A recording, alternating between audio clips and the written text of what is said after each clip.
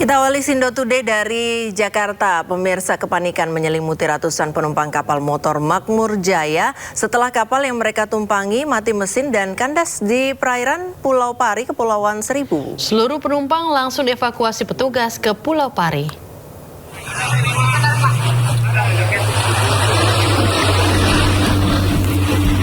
Suasana tegang mewarnai proses evakuasi 150 penumpang kapal motor Makmur Jaya yang terombang-ambing setelah mengalami mati mesin di perairan barat Pulau Pari, Kepulauan Seribu.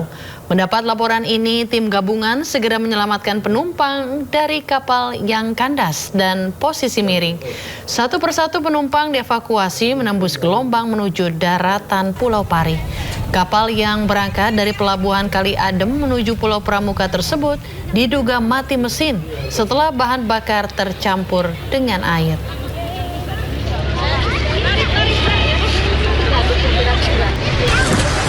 Meminta untuk dievakuasi.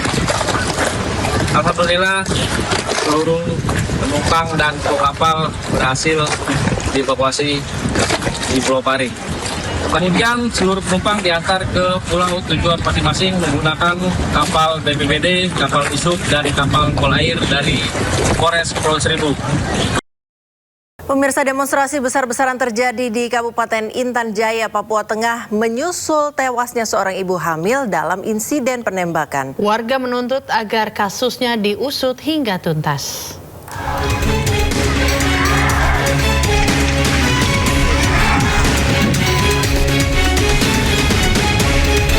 Ratusan warga menggelar aksi damai atas meninggalnya Melkiana Dwi Tau, seorang warga sipil hamil 7 bulan yang tewas tertembak di Kampung Mamba, Distrik Sugapa, Intan Jaya, Papua Tengah pada Kamis 2 Juli 2026.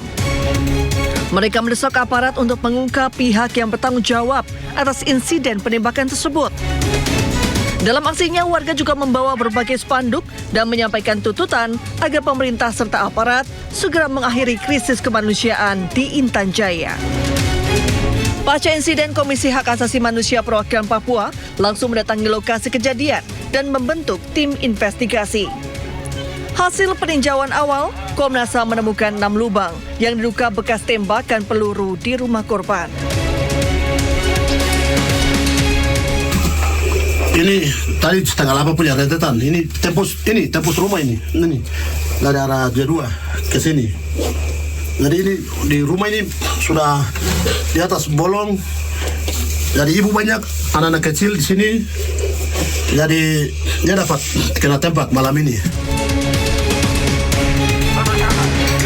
Sementara menurut Koops TNI Habema, insiden itu terjadi saat kelompok bersenjata yang disebut OPM melancarkan serangan selama sekitar 15 menit dari titik berbeda di kawasan permukiman. TNI juga menyatakan tidak melakukan tembakan balasan karena mempertimbangkan keselamatan warga sipil di kawasan permukiman. Berdasarkan laporan lapangan, analisis kronologi, dan pemetaan lokasi, rangkaian gangguan tembakan diduga dilakukan oleh kelompok bersenjata OPM, pimpinan Peles Tigau, dari 3 titik yang berbeda dalam rentang waktu sekitar 15 menit. Tembakan pertama terjadi sekitar pukul 18.45 waktu Indonesia Timur dari arah Kampung Wandoga. 5 menit kemudian kembali terdengar tembakan dari titik yang berbeda di kawasan perbukitan di depan Koramil Sugapa. Sekitar pukul 19.00 waktu Indonesia Timur, kelompok tersebut kembali melepaskan tembakan sebelum melarikan diri ke arah sungai. Hingga kini penyebab pasti penembakan masih dalam proses penyelidikan. Dari Intan Jaya, Papua Tengah, Cornelia Mudumi, iNews melaporkan. Informasi selanjutnya, pemirsa, Aibtu Sumaryanto dan Bribda Nopandri, 2 polisi yang hilang saat menggerebek bandar narkoba di Katingan, Kalimantan Tengah, ditemukan gugur. Total 3 polisi meninggal dunia saat menggerebek bandar narkoba.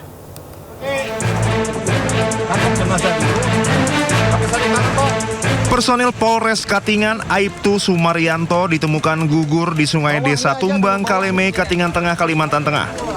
Aibtu Sumaryanto sempat hilang saat menggerebek bandar narkoba di Desa Tumbang Kaleme pada Rabu malam. Jenazah Aibtu Sumaryanto kemudian dibawa ke Rumah Sakit Bayangkara Palangkaraya. Usai menjalani autopsi, jenazah Aibtu Sumaryanto akan diserahkan kepada keluarga untuk dimakamkan di Kabupaten Katingan. Sebelumnya pada Sabtu sore, tim SAR gabungan juga menemukan jenazah Bribda Nopandri Ramadana di aliran sungai Katingan, tepatnya di Desa Tumbang Lahang. Korban ditemukan sekitar 36,4 km dari titik awal dinyatakan hilang. Total 3 polisi gugur terkait penggerebekan bandar narkoba di Desa Tumbang Kaleme, Katingan Tengah, yakni Aibtu Sumaryanto, Aibda Yudi Perdana Putra, dan Bribda Nopandri Ramadana. Saya sudah turunkan tim dari Polda untuk backup untuk mengungkap perkara yang ada di sana. Ya, nanti kita lihat seperti apa dulu perkaranya. Peristiwa ini terjadi pada Rabu malam saat Satres Narkoba Polres Katingan menindaklanjuti informasi masyarakat mengenai dugaan peredaran sabu di Desa Tumbang Kaleme. Hasil penyelidikan mengarah kepada seorang target operasi berinisial Bio yang diketahui merupakan residivis kasus narkotika. Selanjutnya, sebanyak 12 personil diterjunkan dalam operasi tersebut. Setibanya di lokasi, tim dibagi menjadi 2 kelompok dengan titik pertama melakukan penindakan di rumah target, sedangkan tim kedua bersiaga di lokasi lain sebagai unsur pendukung. Saat proses penangkapan berlangsung, target berhasil diamankan. Namun situasi berubah saat beberapa orang di dalam rumah dan warga sekitar melakukan perlawanan menggunakan senjata tajam berupa parang. Situasi semakin memanas lantaran massa aksi terus bertambah dan melakukan penyerangan menggunakan senjata tajam serta senjata api rakitan. Akibat situasi yang semakin tidak terkendali, personel berupaya menyelamatkan diri sambil meminta bantuan penebalan personil. Sejumlah anggota terpaksa berenang menyeberangi sungai dan berlindung di kawasan hutan untuk menghindari amukan massa. Seluruh operasi pemberantasan narkotika akan dievaluasi agar seluruh personil memiliki kesiapan maksimal dalam menghadapi berbagai kemungkinan di lapangan. Dari Palangkaraya, Kalimantan Tengah, Ade Sata, iNews melaporkan. Pemirsa, seorang anggota polisi Polres Tegal Kota Aibtu N diduga menyekap dan menyiksa istri sirinya. Pelaku juga diduga melakukan penyimpangan seksual kepada korban di depan anak korban yang masih balita.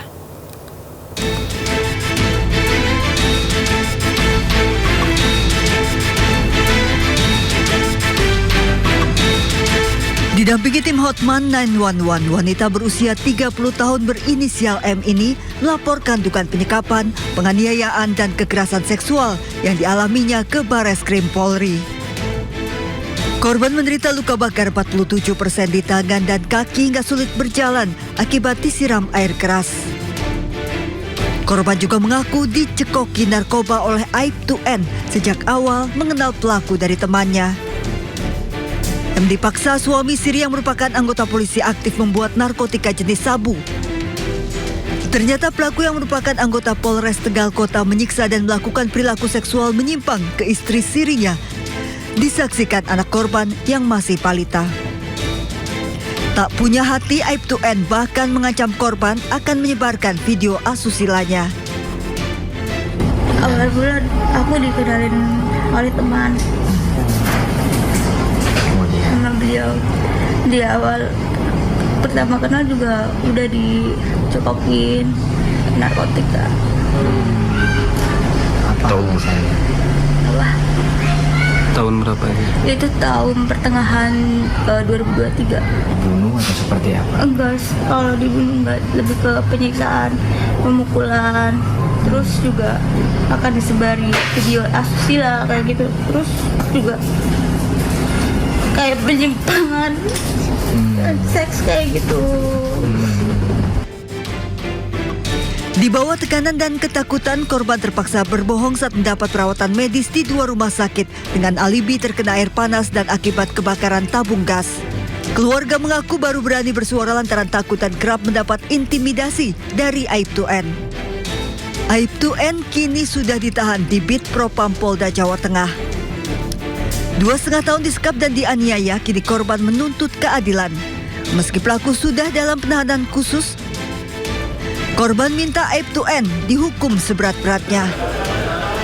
Dari Cirebon, Jawa Barat, tim liputan iNews melaporkan. Enggak.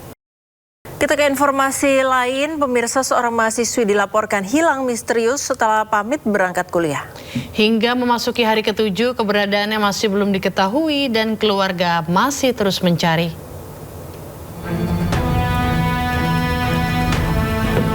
Kabar hilangnya Nadira Azahra, mahasiswa semester 2 sebuah universitas di Bandung, viral di media sosial. Ia dilaporkan hilang setelah pamit berangkat ke kampus pada 30 Juni 2026 dan hingga kini belum pulang. Pihak keluarga menyebut nomor telepon dan akun media sosial Nadira tidak dapat dihubungi. Menemui jalan buntu, keluarga memutuskan untuk membuat laporan ke polisi. Cuma setelah itu memang sampai hari ini kita kehilangan jejak gitu ya.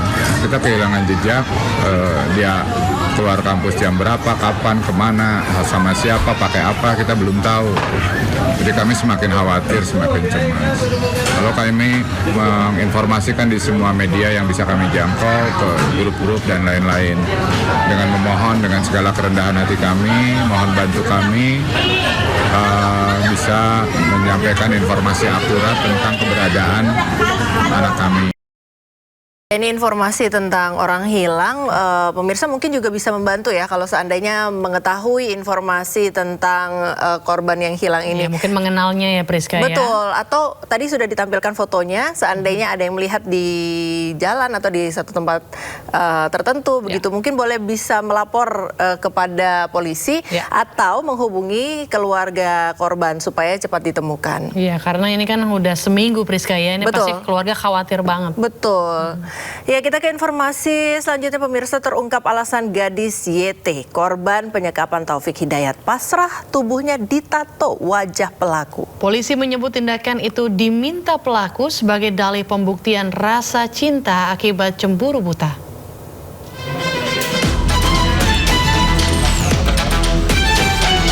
Rasa takut yang besar akan ancaman penganiayaan fisik memaksa korban penyekapan gadis YT pasrah menato tubuhnya dengan gambar wajah sang kekasih Taufik Hidayat. Polisi menyebut tindakan itu diminta pelaku sebagai dalih pembuktian rasa cinta akibat cemburu buta.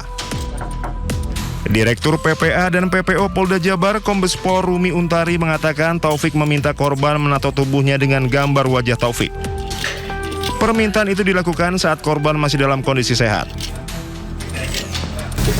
Tato ya, kalau berdasarkan investigasi, tato itu sebenarnya pada saat mereka masih belum masih ada kondisi sehat, sehingga untuk meyakinkan pelaku kepada korban bahwa kamu cinta sama saya gitu kan, karena di indikasi cemburu ini pelaku, sebagai bukti dia cinta mah ya tato sok bareng tato jadinya dilakukan, dan tato itu benar diakui dan sudah dikuatkan juga oleh korban.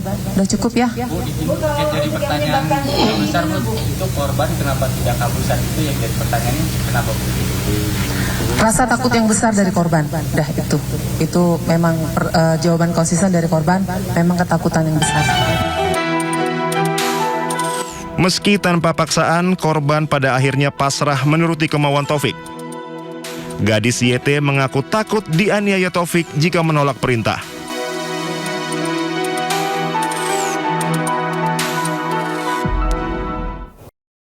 Informasi lain, pemirsa, kabel listrik untuk kamera CCTV di Jalan Lodan Raya, Pademangan, Jakarta Utara jadi sasaran pencurian oknum tidak bertanggung jawab. Akibatnya CCTV milik Dinas Perhubungan untuk pantau lalu lintas mati total.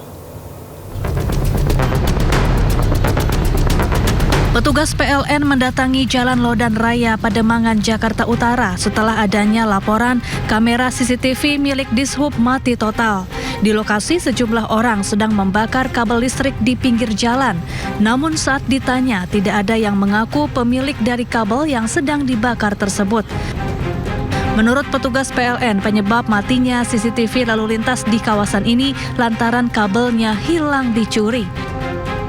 Kabel dipotong dan dibakar, kemudian tembaga di dalamnya bisa dijual.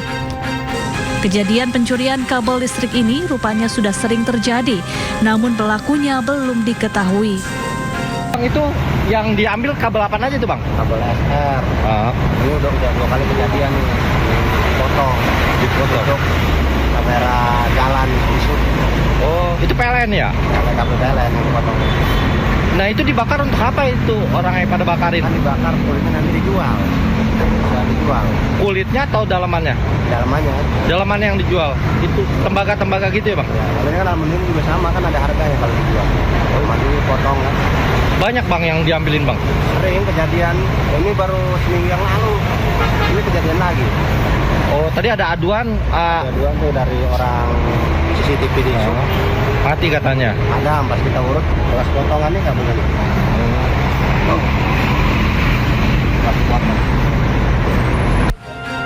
Petugas PLN kini telah memperbaiki kabel yang hilang agar kamera CCTV bisa kembali berfungsi. Dari Jakarta, Sofyan Firdaus, iNews melaporkan. Pemirsa, pemandangan kabel semrawut terlihat jelas di sepanjang trotoar di Pademangan, Jakarta Utara. Tidak hanya merusak keindahan, kondisi ini juga membahayakan pengguna jalan karena kondisi sejumlah tiang yang miring rawan roboh.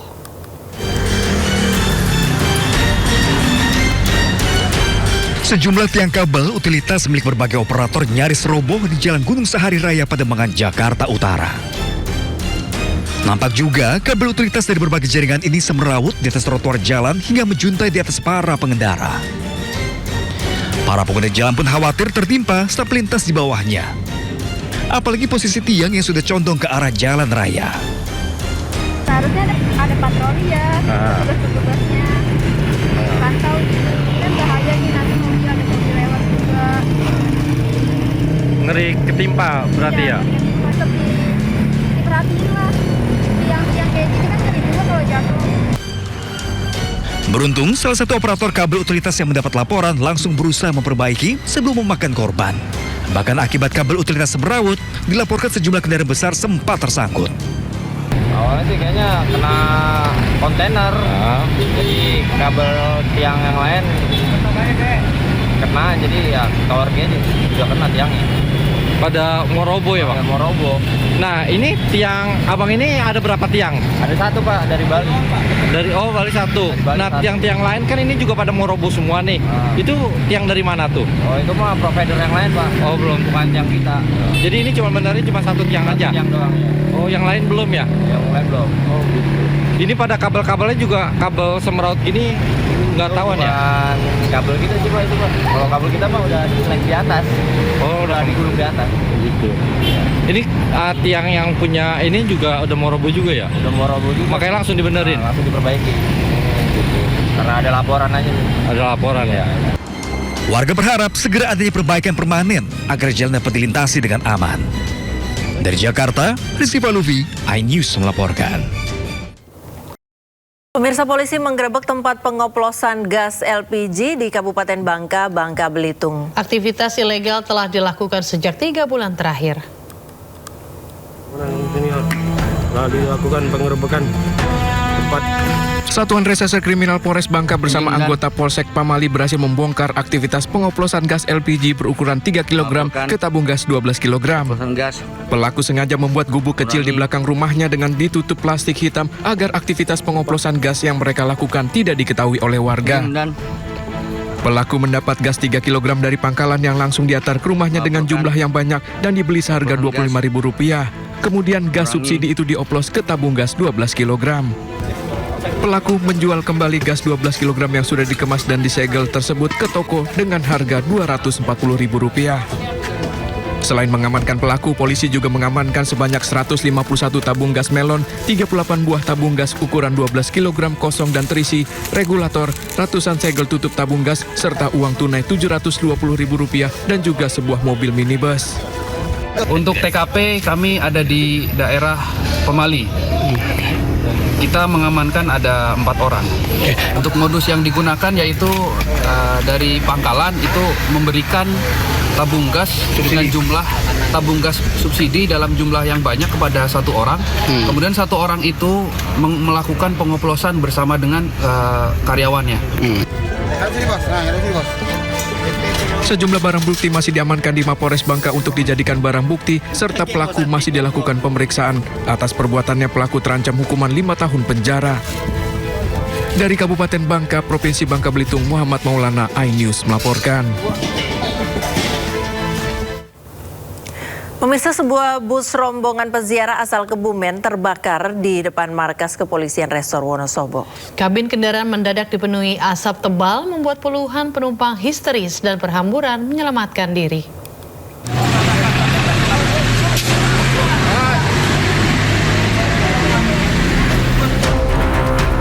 Kebakaran nyaris menghanguskan satu unit bus yang mengangkut puluhan rombongan peziarah dari Kebumen di Jalan Bayangkara, tepat di depan Polres Wonosobo, Jawa Tengah.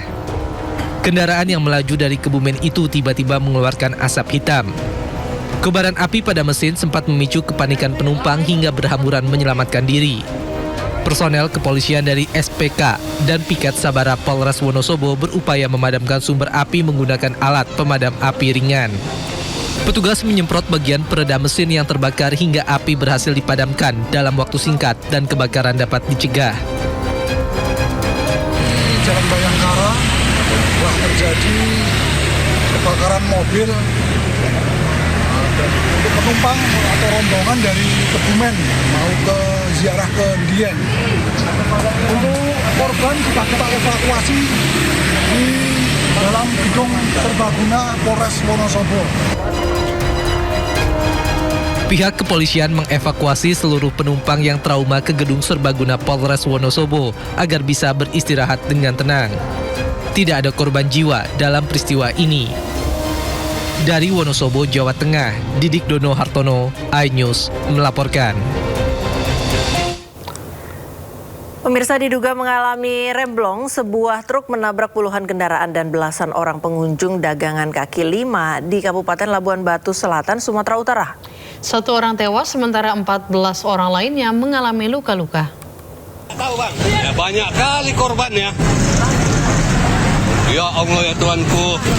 Satu unit truk bermuatan bahan kelontong diduga mengalami remblong saat melintas di Jalan Lintas Sumatera Jalan Jenderal Sudirman, Kecamatan Kota Pinang, Kabupaten Labuan Batu Selatan, Sabtu malam. Benturan keras membuat warga yang berada di lokasi panik dan segera memberikan pertolongan dengan mengevakuasi para korban. Proses evakuasi supir truk berlangsung dramatis karena korban terjepit di balik kemudi truk akibat kerusakan parah di bagian depan kendaraan. Menurut saksi, truk melaju dengan kecepatan tinggi dan diduga hilang kendali sehingga menabrak dua minibus yang sedang terparkir, deretan sepeda motor serta sejumlah pedagang kaki lima dan warga yang berada di sekitar lokasi. Satu orang korban meninggal dunia sementara 14 lainnya mengalami luka-luka dan menjalani perawatan di RSUD Kota Pinang. 10 lebih lah, setengah 11 aku lagi masak itu di warung. Lagi masak, tiba-tiba truk itu nerobos, bruk katanya. Lainnya aku kurang tahu lagi lah, kurang paham lah kan. Jadi cabut aja gas, takut kebakaran kan. Korban banyak, keserak di situ. Selain menimbulkan korban jiwa, kecelakaan ini juga mengakibatkan 2 unit mobil, 3 unit becak motor, dan 7 unit sepeda motor mengalami kerusakan. Sementara itu, polisi masih mendalami penyebab pasti kecelakaan. Dari Labuan Batu Selatan, Sumatera Utara, Randi Kurniawan, iNews melaporkan.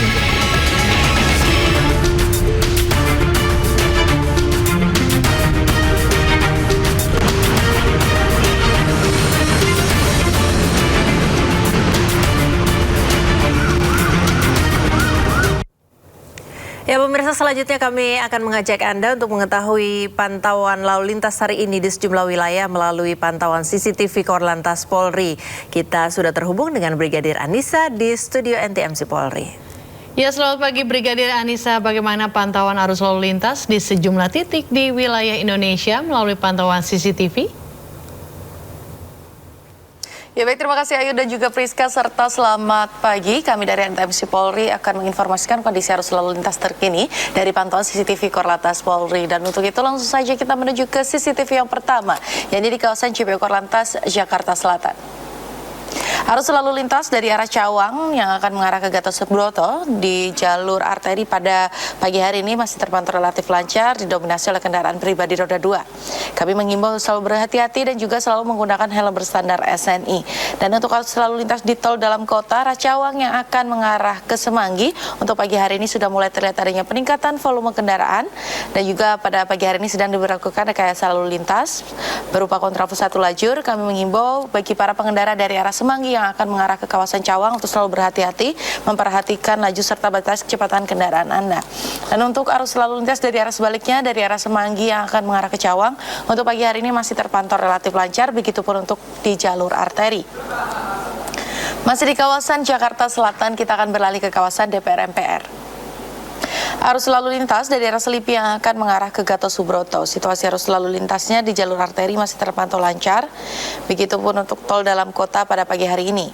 Kami himbau bagi para pengendara agar tetap berhati-hati mengingat banyaknya kendaraan yang keluar masuk di kawasan ini, mengingat sepanjang jalan ini merupakan kawasan perkantoran. Dan untuk arus lalu lintas di tol dalam kota, arah Semanggi yang akan mengarah ke Tomang juga terpantau relatif lancar pada pagi hari ini di kedua arahnya. Kami himbau agar menjaga jarak aman serta jaga kecepatan maksimal kendaraan Anda. Masih di kawasan DKI Jakarta, kita akan bergeser ke kawasan Jakarta Barat, tepatnya di kawasan JPO Taman Anggrek. Arus lalu lintas dari arah Selipi yang akan mengarah ke Grogol melalui jalur arteri. Untuk pagi hari ini terpantau sudah ada peningkatan, namun masih terpantau relatif lancar. Namun kepadatan arus lalu lintas terjadi pada pagi hari ini di tol dalam kota. Kami himbau bagi para pengendara untuk selalu berhati-hati serta menjaga jarak aman kendaraan Anda dengan kendaraan lainnya.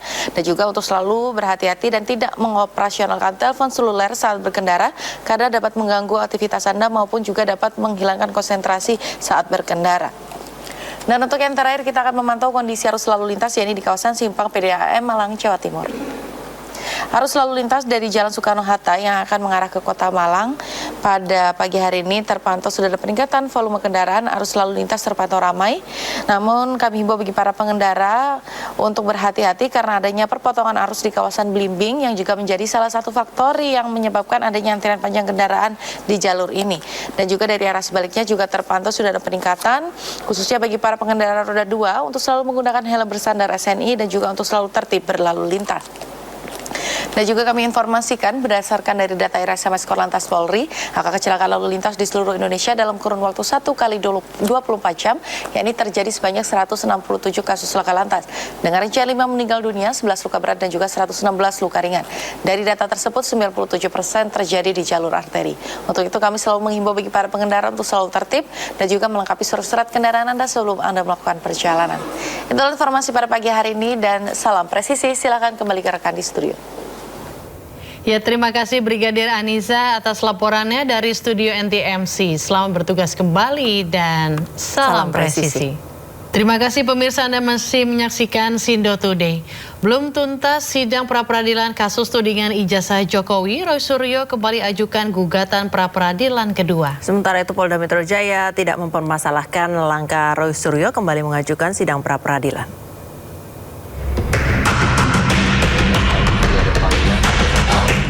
Hakim belum juga mengetuk palu untuk sidang pra-peradilan pertama Roy Suryo. Mantan Menpora itu sudah mengajukan sidang pra-peradilan kedua. Kali ini, Roy dan kuasa hukumnya menggugat penetapan dirinya sebagai tersangka fitnah ijazah Jokowi berdasarkan pasal 32 Undang-Undang ITE. Kami ingin melihat apa sih bukti yang dimiliki oleh mereka. Dan meskipun kami belum menerima surat dakwaan untuk Mas Roy, tapi berkaca dari surat dakwaan Bu Tifa yang kemarin sudah dibacakan dan terbuka kepada umum, kami menilai bahwa penggunaan pasal 32 Undang-Undang ITE dalam perkara pidana ini karena ancaman pidananya berat. Itu 8 tahun. Ya. Ternyata itu jauh sekali dari faktanya. Upaya Roy Suryo kembali mengajukan sidang pra-peradilan kedua ditanggapi miring lawannya. Sekjen Pradi Bersatu Ade Darmawan menyebut upaya itu hanya akal bulus Roy Suryo saja untuk menghindari sidang pokok perkara. Hal ini kurang relevan dipandang secara logik. Kenapa demikian? Dikarenakan objeknya sudah berpindah. Ya, objek penetapan tersangka itu sekarang meningkat menjadi salah satu dari tersangka juga sekarang menjadi terdakwa. artinya kurang relevan untuk dilakukan prapit lagi.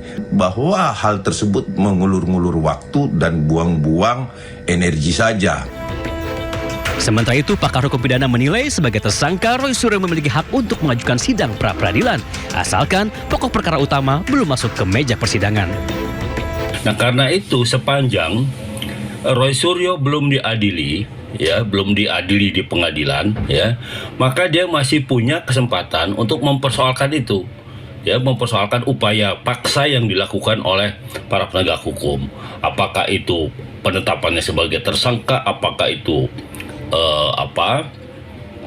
penggeledahannya, pemanggilannya, penahanannya, penangkapannya. Nah, itu bisa semua dipersoalkan di pra-peradilan. Jika tidak ada aral melintang, sidang pra-peradilan kedua Roy Suryo akan berlangsung 10 Juli mendatang. Tim Liputan iNews melaporkan. Sementara itu, Polda Metro Jaya tidak mempermasalahkan langkah Roy Suryo kembali ajukan sidang pra-peradilan. Polisi bahkan berjanji akan hadir di persidangan.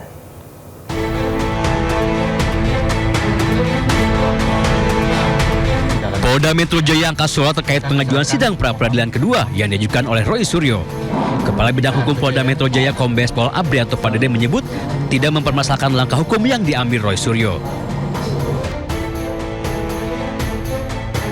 Sebagai tergugat, Polda Metro Jaya justru mempersilahkan Roy Suryo untuk ajukan sidang pra-peradilan jika dirasa haknya sebagai tersangka telah dilanggar oleh tindakan aparat penegak hukum.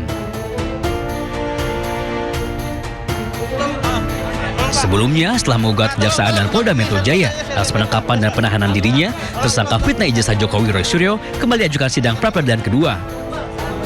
Pra-peradilan diajukan berdasarkan uraian peristiwa pidana yang tertera dalam surat dakwaan Dr. Tifauziah Tiasuma yang dibacakan jaksa di sidang PN Jakarta Timur Jumat kemarin. Roy juga mempertanyakan penetapan tersangkanya yang menggunakan pasal 32 Undang-Undang ITE. Pra-peradilan yang kedua yang nanti akan mempertanyakan tentang bagaimana penetapan tersangka yang menggunakan Undang-Undang ITE. Karena kita tahu semua, Undang-Undang Informasi dan Transaksi Elektronik itu dibuat atas kebutuhan mendesak negara Republik Indonesia untuk persoalan ekonomi e-commerce waktu itu. Jadi kita tahu persis, ternyata undang-undang ini salah gunakan. Bahkan pasal 32 dan 35 itu cacat betul kalau itu digunakan untuk mentersangkakan saya dan juga Dr. Tifa. Rencananya sidang pra-peradilan kedua akan berlangsung 10 Juli mendatang. Sebagai tergugat, Polda Metro Jaya memastikan akan hadiri persidangan. Tim Liputan iNews melaporkan. Pradi Bersatu berencana mengirimkan surat ke Mahkamah Agung yang meminta Roy Suryo untuk ditahan. Pradi meminta agar MA meninjau penangguhan penahanan Roy Suryo. Belum juga usai sidang pra-peradilan Roy Suryo, lawannya Pradi Bersatu sudah ancang-ancang akan menjebloskan tersangka fitnah ijazah itu ke penjara. Strategi yang akan dipilih Pradi adalah mengirimkan surat kepada Mahkamah Agung agar kembali meninjau penangguhan penahanan Roy Suryo.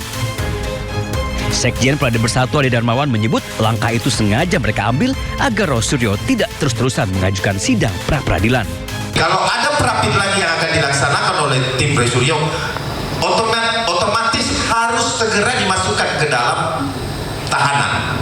Kenapa? Ketika prapit dibacakan dan itu tidak menang atau kalah, kemudian ada niatan lagi untuk memprapit, itu harus segera dilakukan penahanan.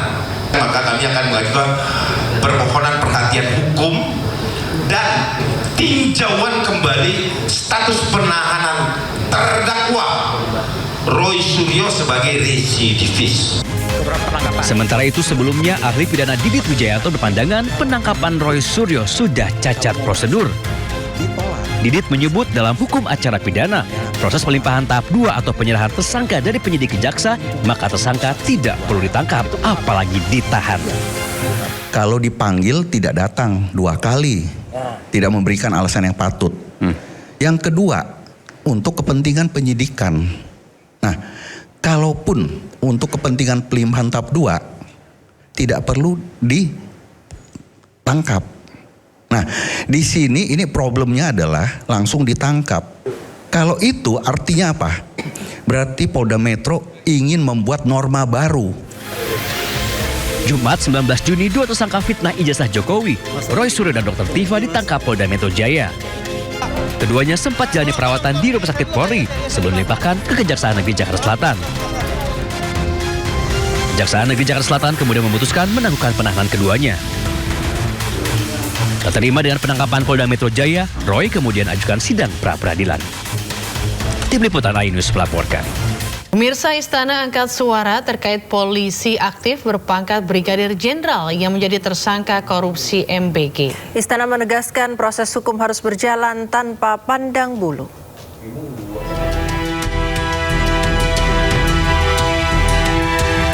Satu orang polisi aktif berpangkat Brigadir Jenderal disebut Kejagung sebagai tersangka korupsi MBG.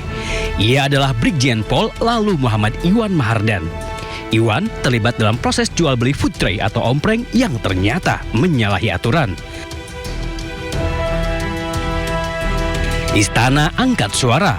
Kepala Badan Komunikasi Pemerintahan Muhammad Kodari menyebut walaupun berpangkat jenderal, namun proses hukum terhadap Iwan harus tetap berjalan tanpa pandang bulu. Kodari juga menyerahkan seluruh proses hukum kepada Kejagung. Kalau bicara aspek hukum, tentu semua harus kembali kepada aparat penegak hukum. Dan yang sedang memproses sekarang adalah kejaksaan. Dan seperti dikatakan oleh Bapak Presiden bahwa hukum sekarang ditegakkan tanpa pandang bulu, apapun latar belakangnya. Jadi sebetulnya siapapun dimintakan pertanggungjawabannya sesuai dengan posisi dan pos yang sedang ditempati. Ya, jadi bukan karena latar belakangnya polisi, bukan karena latar belakangnya polisi, tetapi karena memang masalah-masalah yang terjadi di saat beliau sedang ditugaskan di tempat yang di mana kasus itu terjadi, yaitu BGN. Intinya kita lihat saja proses yang akan berkembang ke depan dan akan diproses sebagaimana mestinya. Lalu Muhammad Iwan Mahardan menjadi tersangka ketujuh dalam perusahaan korupsi MBG. Kejagung menyebut Iwan berbuat curang dengan mencari calon mitra untuk mendirikan dapur MBG. Namun, pemilik dapur dipaksa membeli food tray atau ompreng kepada perusahaan yang sengaja ia dirikan. Selain Iwan, Kejagung sudah menetapkan 6 tersangka lainnya. 3 diantaranya petinggi Badan Gizi Nasional. Mereka diduga kong kali kong dalam praktek jual beli dapur MBG. Tim Liputan iNews melaporkan. Selain oknum polisi aktif, oknum TNI aktif juga diduga terlibat korupsi MBG. Kejagung menyebut oknum TNI berpangkat kolonel itu diduga ada di balik pembelian 21.000 motor listrik.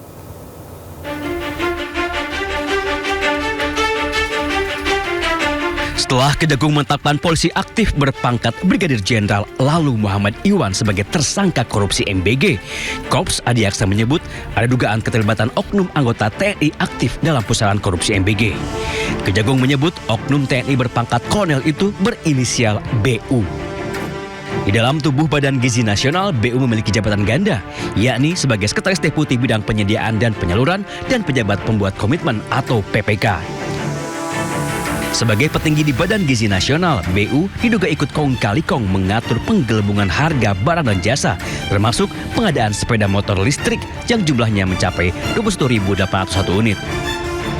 Walaupun sudah menemukan keterlibatan oknum TNI, namun Kejagung tidak bisa serta-merta memproses BU karena masih berstatus TNI aktif.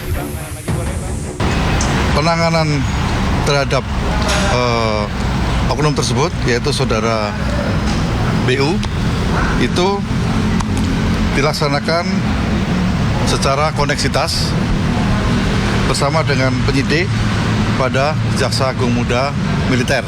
Jadi perkara itu termasuk sepeda motor ya, pengadaan sepeda motor itu karena ada keterlibatan oknum TNI aktif. Mendengar anggota diduga terlibat korupsi MBG, Mabes TNI langsung buka suara. Kapuspen TNI Brigjen Muhammad Nas menyebut terkait masalah BU akan berkoordinasi dengan Kejagung. Jika terbukti korupsi, maka BU akan ditindaklanjuti sesuai ketentuan hukum. Dalam lingkaran korupsi MBG, Kejagung telah menetapkan 7 orang tersangka, 4 orang petinggi Badan Gizi Nasional, 3 lainnya dari pihak swasta. Tim Liputan iNews melaporkan.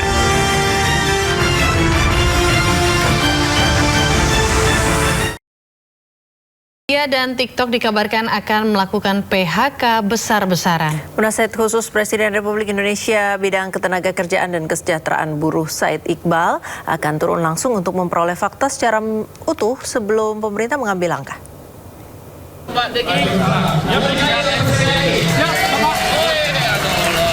Oleh Penasihat Khusus Presiden RI bidang Ketenagakerjaan dan Kesejahteraan Buruh, Said Iqbal menemui sejumlah buruh di kawasan Marunda Cilincing, Jakarta Utara. Said Iqbal mengatakan akan turun langsung menindaklanjuti informasi mengenai isu pemutusan hubungan kerja atau PHK di Tokopedia dan TikTok untuk memperoleh fakta sebelum pemerintah mengambil langkah lebih lanjut. Menurut Said Iqbal, sektor ekonomi digital memiliki karakteristik yang berbeda dengan industri manufaktur sehingga setiap persoalan ketenagakerjaan harus dilihat secara komprehensif.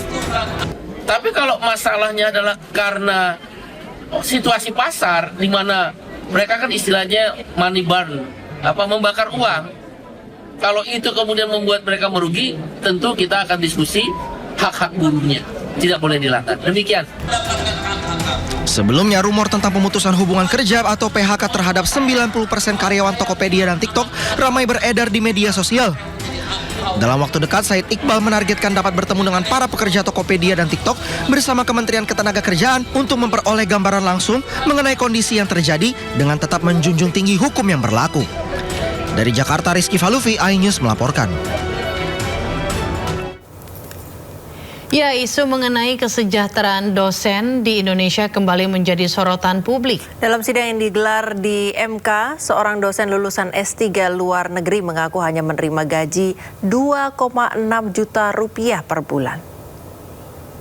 Sebelumnya, saya mengetuk pintu hati dan kebijaksanaan yang mulia Majelis Hakim Mahkamah Konstitusi. Kami memohon kepastian hukum yang berkeadilan sosioekonomis bagi profesi dosen. Isu mengenai kesejahteraan dosen di Indonesia kembali menjadi sorotan publik. Dalam sidang lanjutan uji materi Undang-Undang Nomor 14 Tahun 2005 tentang guru dan dosen di Mahkamah Konstitusi Jakarta pada hari Selasa, seorang dosen mengungkapkan bahwa gaji pokok dosen yang diterimanya saat ini hanya sebesar 2,6 juta rupiah per bulan. Nominal tersebut dinilai tidak sebanding dengan kualifikasi akademiknya yang telah menempuh pendidikan hingga jenjang doktor atau S3 serta memiliki masa kerja belasan tahun. 3 bulan terakhir gaji pokok yang saya terima di bulan ketiga ini terakhir adalah 3.300.000. 3.300.000 itu terdiri atas 2.600.000 gaji pokok ditambah tunjangan profesi lektor, uang makan maupun uang beras.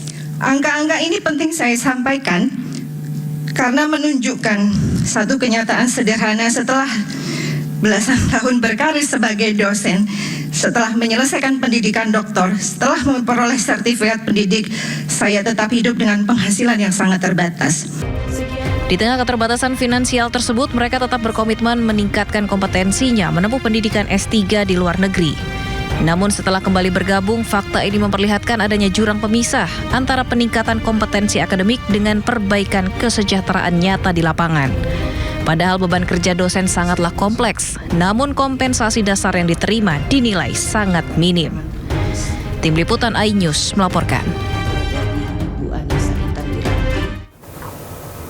Kisah seorang pria lulusan Fakultas Ilmu Administrasi UI yang memilih meninggalkan karir kantoran di Jakarta dan bekerja sebagai pembersih kaca gedung di Australia menjadi sorotan. Ya, kisah Made Genta viral di media sosial usai membagikan pengalamannya beralih profesi demi kualitas hidup yang lebih baik.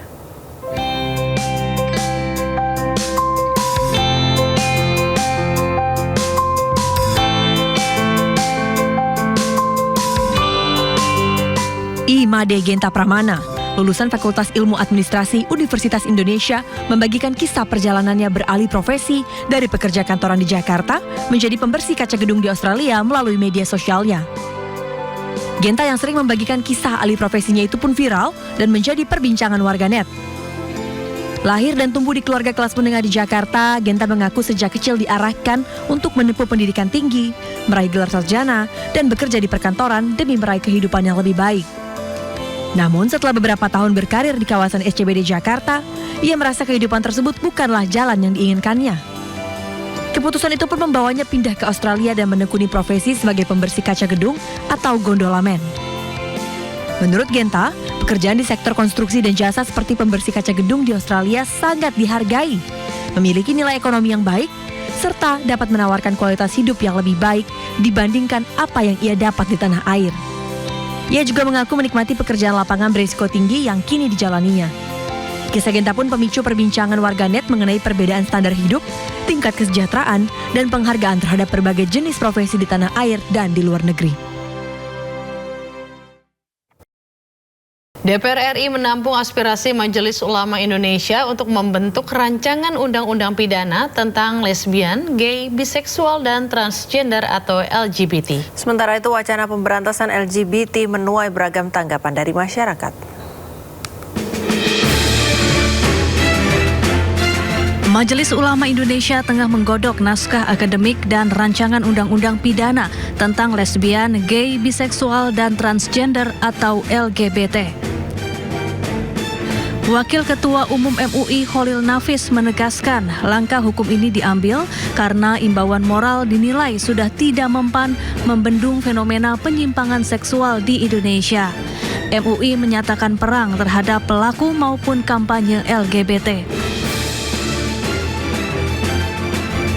Adapun rancangan undang-undang pidana untuk memberantas perilaku LGBT di Indonesia mendulang beragam tanggapan dari masyarakat.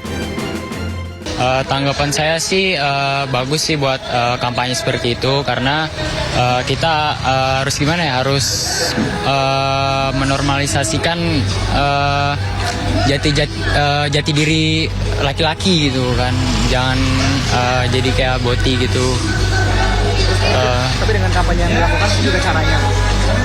Kalau cara kayak gitu 50-50 lah, setuju nggak setuju ya, karena mungkin bisa menyakiti hati orang lain juga. Jadi dengan kampanye yang disuarakan setuju saya.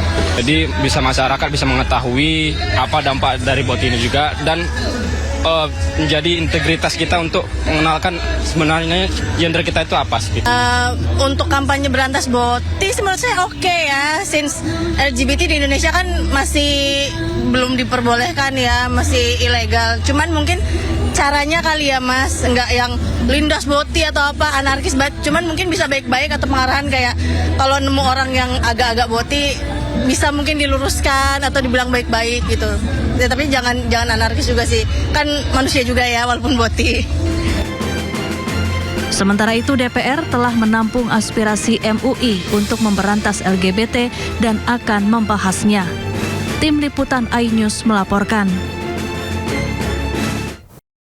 Ya, kita ke informasi lainnya pemirsa. Pemerintah ungkap salah satu penyebab anjloknya harga daging ayam dan telur adalah berkurangnya penyerapan selama program MBG berhenti di masa libur sekolah. Kini Kemendak sedang berupaya untuk mencari pembeli dari Singapura dan meminta hotel, restoran, dan kafe untuk meningkatkan penyerapan telur dan daging ayam.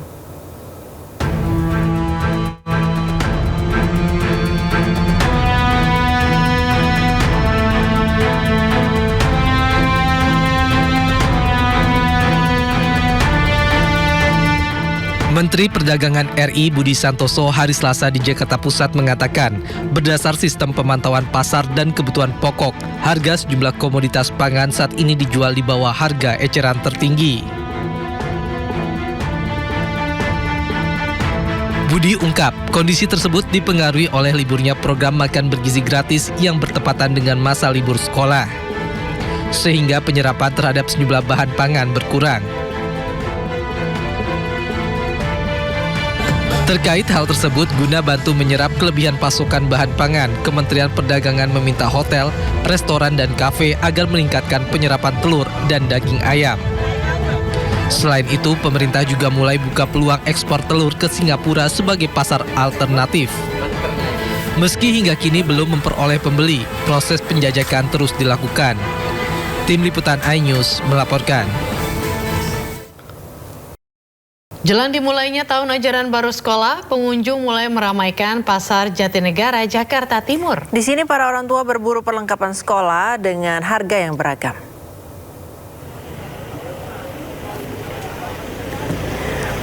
Orang tua dan siswa mulai meramaikan Pasar Jatinegara untuk berburu perlengkapan sekolah jelang dimulainya tahun ajaran baru 2026-2027. Seragam, buku tulis, alat tulis, hingga berbagai aksesoris sekolah menjadi barang yang paling banyak dicari jelang masuk sekolah pada Juli mendatang.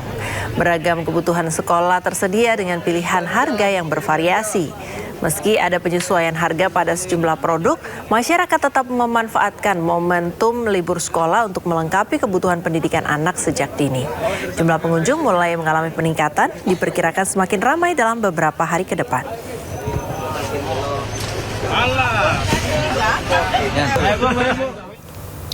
Pasar Jatinegara, Jakarta Timur menyediakan beragam kebutuhan sekolah dengan pilihan harga yang bervariasi. Maka tak heran pasar ini selalu ramai diserbu masyarakat jelang dimulainya tahun ajaran baru sekolah.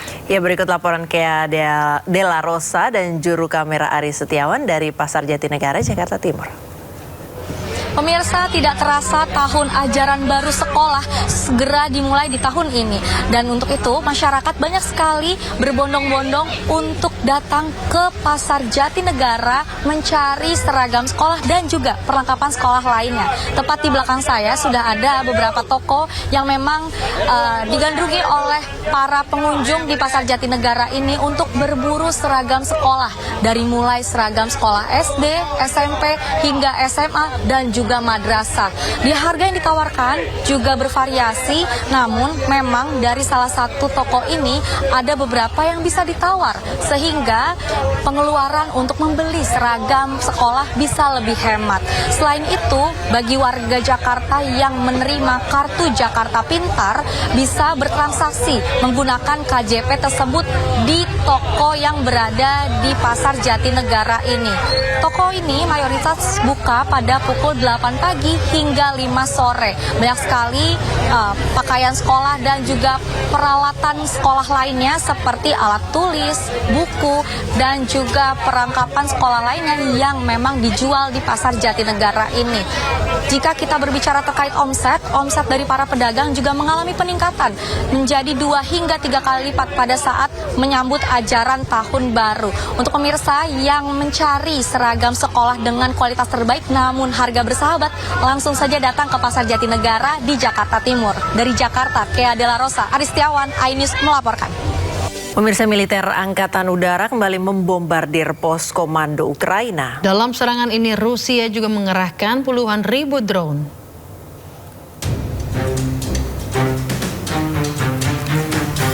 Pesawat Su-34 milik Angkatan Udara Rusia menyerang pos komando UAV Angkatan Bersenjata Ukraina di Donetsk dan sebuah benteng wilayah di Sumy.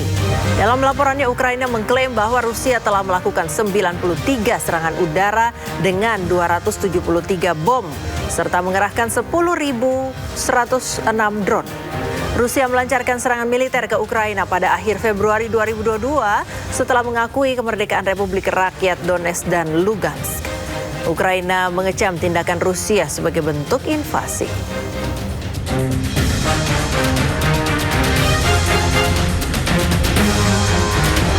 Ke informasi lain, pemirsa, 5 orang tewas setelah hujan deras dan banjir melanda sejumlah kawasan di Cina Utara.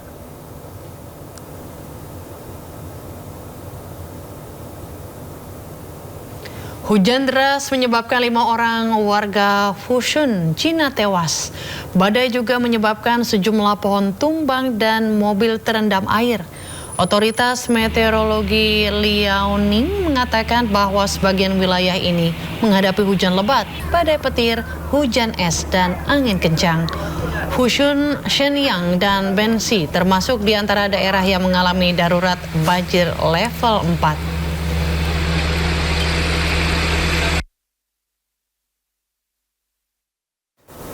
Pemirsa, kebakaran hutan di tengah cuaca panas memaksa pemerintah Yunani mengevakuasi warga di sejumlah wilayah. Kobaran api membakar area hutan di utara Thessaloniki, Yunani. Di tengah pekatnya asap, petugas pemadam kebakaran berjuang untuk memadamkan api. Melalui pesan darurat, pemerintah Yunani memerintahkan warga di Antopoli, Filotei, dan Galini untuk meninggalkan rumah mereka. Pihak berwenang kemudian mengumumkan penangkapan seorang pria 76 tahun yang dicurigai sebagai pelaku pembakaran. Sekitar 115 petugas pemadam kebakaran, 38 mobil damkar, dan pesawat penjatuh air dikerahkan. Angin kencang dan cuaca panas membuat upaya pemadaman menjadi sulit untuk dilakukan.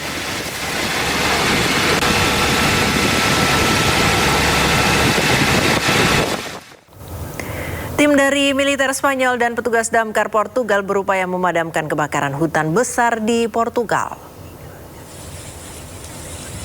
Api melahap lebih dari 12.000 hektar hutan saat gelombang panas yang hebat melanda Portugal. Suhu tinggi, vegetasi kering, dan angin kencang terus memperparah kobaran api. Kebakaran hutan ini adalah salah satu yang terbesar yang melanda Portugal selama musim panas. Ratusan petugas damkar, puluhan mobil dan pesawat udara dikerahkan untuk mencegah api mencapai permukiman warga. Kebakaran hutan serupa dilaporkan terjadi di Spanyol dan Eropa Selatan.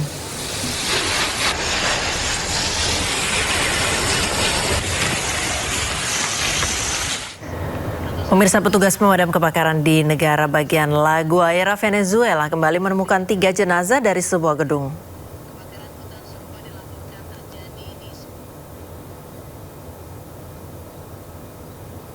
Petugas pemadam kebakaran kemudian mengevakuasi jenazah ke kamar mayat di La Guaira untuk diidentifikasi. Insinyur geologi dari Republik Dominika mengatakan upaya penyelamatan terhambat oleh reruntuhan bangunan yang berbentuk pipih. Tim penyelamat akan sulit mencapai area tersebut karena ada ratusan ton beban di atas orang-orang yang terjebak bangunan. Gempa bumi kembar di Venezuela pada 24 Juni telah menyebabkan 3.000 orang tewas, 16.500 orang terluka, dan 16.000 orang kehilangan tempat tinggal.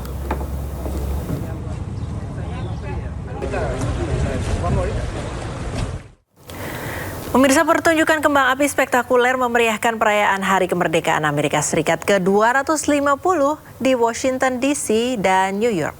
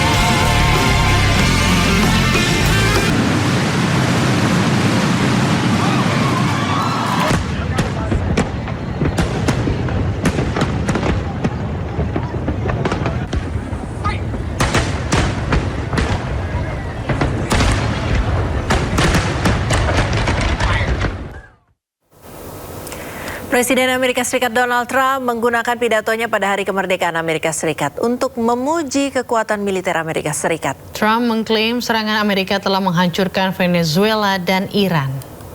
Our rise to being the world's strongest and most powerful nation was no accident of history. We rebuilt our military in my first term. We used it a little bit in our, actually I should say third term, but I won't do that because I don't want any controversy. But we use it, and we've had tremendous success. You look at Venezuela, you look at Iran, we wiped out their military. To its right, the banner that flew atop our flagship after America's Navy sank the Spanish fleet to the bottom of the Manila Bay, one of the greatest naval victories in history. Much like our recent victory by sinking the entire Iranian Navy, 159 ships, to the bottom of the sea, all done in just... Pemirsa, tangis haru pecah saat puluhan ribu pelayat mengikuti upacara pemakaman mendiang pemimpin tertinggi Iran Ayatollah Ali Khamenei di Masjid Raya Imam Besar Khomeini, Teheran.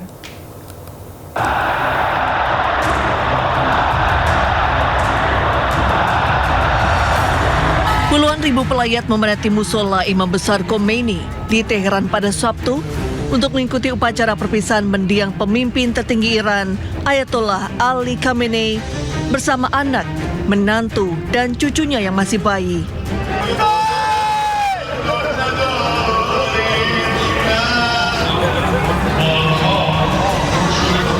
Sambil berseru dan menangis, para pelayat memegang potret Khamenei, bendera Iran, serta spanduk bertuliskan balas dendam. Para pelayat diperkirakan akan terus berdatangan dalam beberapa hari mendatang untuk menyampaikan bela sungkawa. Prosesi pemakaman umum direncanakan pada tanggal 6 Juli sebelum upacara berlanjut ke kota suci Qom pada tanggal 7 Juli.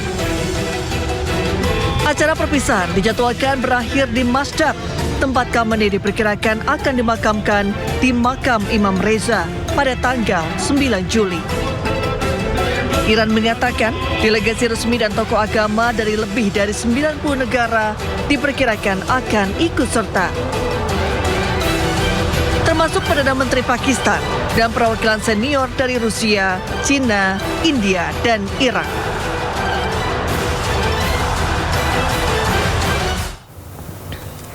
Pemirsa, jelang rangkaian pemakaman pemimpin besar Iran Ayatollah Ali Khamenei pada Minggu pagi kemarin, jenazah dibawa ke Masjid Raya di Teheran, Iran untuk disolatkan. Solat jenazah dihadiri 3 putra Khamenei, politisi dan lautan massa.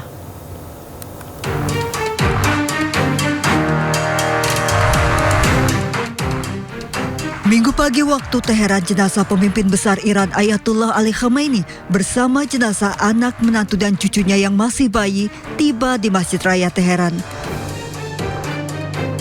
Peti jenazah disambut warga Iran yang berebut untuk menyentuh. Peti jenazah kemudian dibawa masuk ke dalam Masjid Raya untuk disalatkan. Massa meneriakkan Labaik Sayyid Mojtaba atau selamat datang sang pemimpin Mojtaba.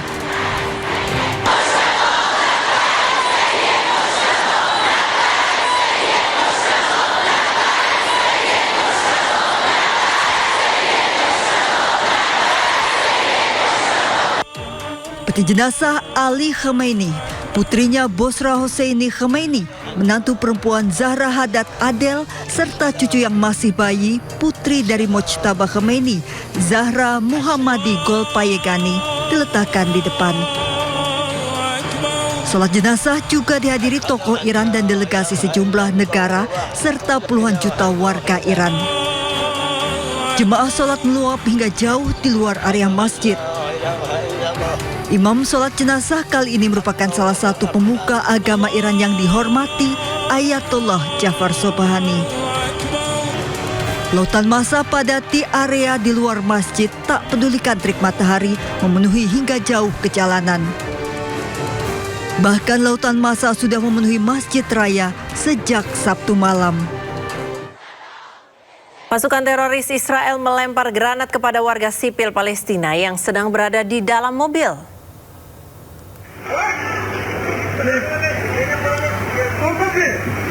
Sambil menodongkan senjata, pasukan penjajah Israel mendekati mobil warga Palestina yang sedang berhenti. Tentara IDF ini kemudian melemparkan granat ke dalam mobil warga Palestina yang berada di kamp pengungsi Kalandia, Yerusalem. Tidak cukup melempar granat, pasukan bengis ini kemudian menutup pintu mobil warga Palestina agar granat tersebut meledak di dalam mobil. Belum diketahui bagaimana kondisi terkini korban pelemparan granat oleh tentara Zionis ini.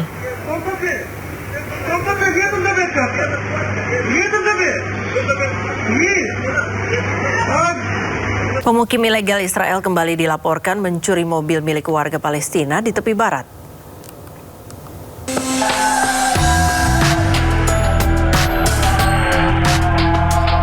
Kelompok pemukim ilegal Israel menyusup ke rumah warga Palestina di selatan Nablus tepi barat Minggu dini hari. Tidak berhenti di situ, para pelaku kemudian mencuri sebuah mobil yang terparkir di depan rumah. Pencurian ini menambah daftar panjang perampasan harta benda di wilayah tepi barat Palestina yang dijajah Israel. Pemirsa, ratusan aktivis pro-Palestina berunjuk rasa di Milan untuk memperingati 1000 hari genosida di Gaza. Demonstran menuntut kemerdekaan Palestina dan gencatan senjata di Gaza.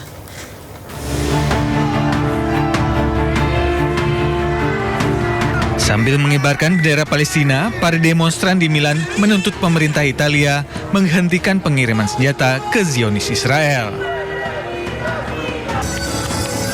Massa juga mengutuk diamnya negara-negara barat atas aksi genosida penjajah Israel di Gaza.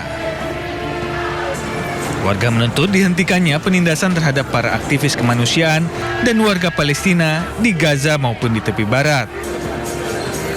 sebuah komisi penyelidikan yang diberi mandat oleh PBB secara terpisah menyimpulkan bahwa teroris Israel telah terbukti melakukan genosida di Gaza.